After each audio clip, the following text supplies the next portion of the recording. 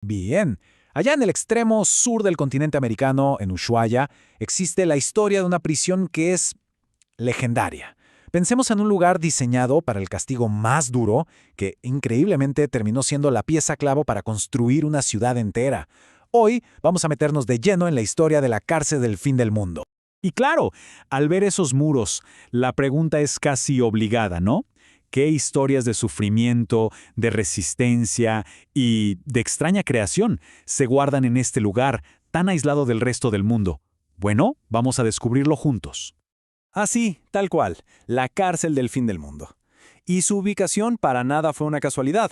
Estaba pensada para que el paisaje helado e implacable de Tierra del Fuego fuera un muro más, una barrera completamente natural contra cualquier idea, por mínima que fuera, de escapar. Este era, digamos, el destino final para los criminales más peligrosos de Argentina. Reincidentes, asesinos en serie, presos políticos, a todos los mandaban para acá con una única certeza: de Ushuaia simplemente no se escapaba. El régimen era durísimo, con una disciplina severa, basado en trabajo pago, sí, pero con un control de hierro. Pero, a ver, ¿cómo se levantó una estructura tan imponente en un lugar tan remoto?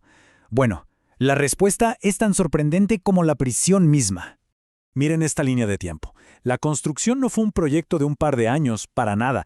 Desde que se inauguró una cárcel más viejita en 1896 hasta que se terminó el edificio de piedra en 1920, pasaron décadas. Y lo más increíble de todo es que la mano de obra fueron los propios presos. Aquí, la figura clave fue el ingeniero Catello Muratgia. Su plan fue, la verdad, revolucionario. Convirtió a los presos en albañiles y a los guardias en sus capataces. Él mismo les enseñaba los oficios, desde carpintería hasta fundición. Los presos, literalmente, construyeron los mismos muros que los iban a encerrar.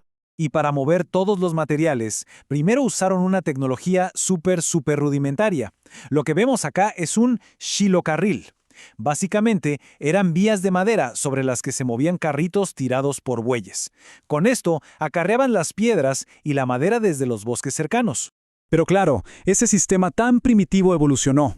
Para 1913 se autorizó la compra de un tren a vapor, el que se volvería famoso como el tren de los presos.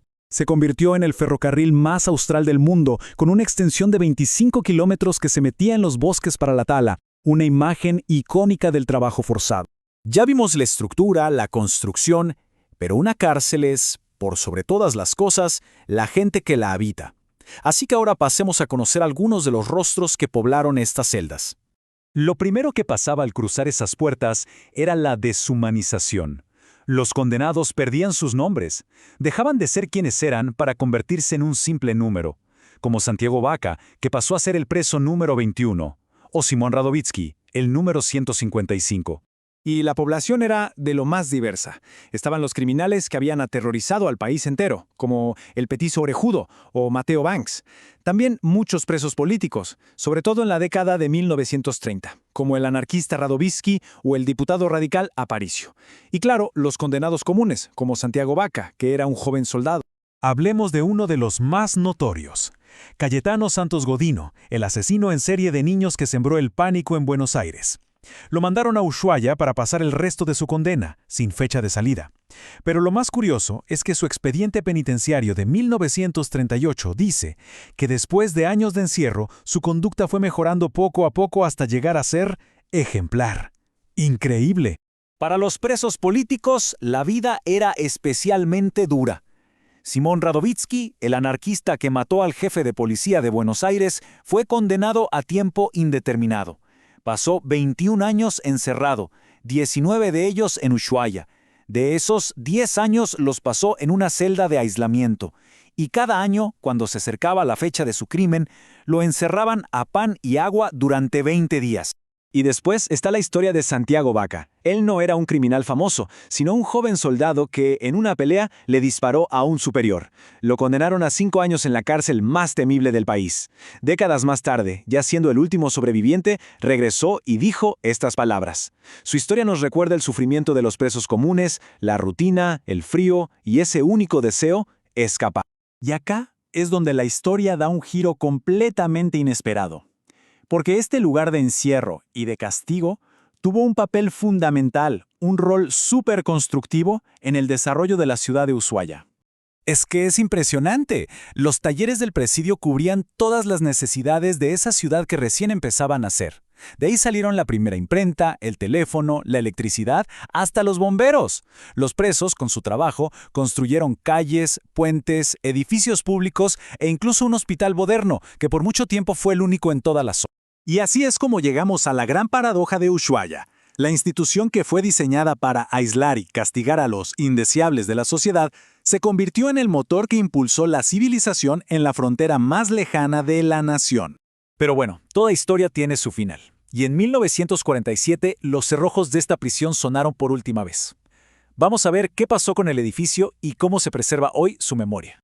Todo sucedió el 21 de marzo de 1947, cuando el presidente Juan Domingo Perón ordenó su cierre en parte por razones humanitarias. Las instalaciones pasaron a manos de la Marina y se convirtieron en la base naval de Ushuaia. Con el tiempo, el edificio fue quedando abandonado y se deterioró mucho, hasta que en 1997 fue declarado Monumento Histórico Nacional, y ahí empezó su recuperación para convertirlo en el museo que es hoy. Y así, de alguna manera, cerramos el círculo. En el año 2004, Santiago Vaca, el preso número 21, regresó con 89 años, cumplió su deseo y caminó por última vez por esos pasillos que le trajeron tanto dolor. Su visita es un símbolo de cómo la memoria personal y la historia de todos se entrelazan en este lugar. La historia del presidio de Ushuaia nos deja pensando, y mucho. Una prisión que castigó a personas, pero que, al mismo tiempo, construyó los cimientos de una comunidad. Su legado nos obliga a preguntarnos sobre esa relación tan compleja y a menudo tan contradictoria que existe entre el castigo, el progreso y la forma en que elegimos recordar nuestro pasado.